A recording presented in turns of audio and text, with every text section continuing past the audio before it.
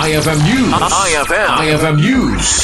Regional. May bilang ti Isabela, Philippine Statistics Authority, Provincial Statistics Office, akas top 9, iti Intero, Pagilian, may panggap iti panakaipatungpal, digiti information, education, and communication. Activities para kadigiti relying parties, ti sidong ti Philsys, wano National ID Program. Sigan ti PSA Isabela, daytoy apan nakailasin, ken pamaniknek, iti naanad si papasnek, panagtrabaho datap non mapalawa iti panakaamo, ken panakaawa ti publiko, may panggap iti kinapatig ti National ID System. Naangay dagiti IEC activities babaen iti face-to-face engagement ken online platforms tapnon maabot dagiti na duma a sektor iti komunidad. Impanakalmet iti opisina daytoy abalegi ket bungay iti tultuloy nga panagkaykaysa ken panagtitinulong da dagiti na dumaduma nga ahensya, institusyon ken stakeholders. Iti panggap dagiti aktibidad ket tapnon mapapigsa iti panangawat iti publiko ken mapapartag iti panagusar iti Philsys kas kang runaan iti pakakitaan iti Pagilian. Agtultuloy met iti PSA ang mga awis iti publiko ag parehistro ken nagusar iti National ID kas na pateg a dokumento iti na dumaduma nga transaksyon iti gobyerno ken pribado sektor. Damag Regional para iti IFM News siak na Idol Shanti Papi Tatak IFM.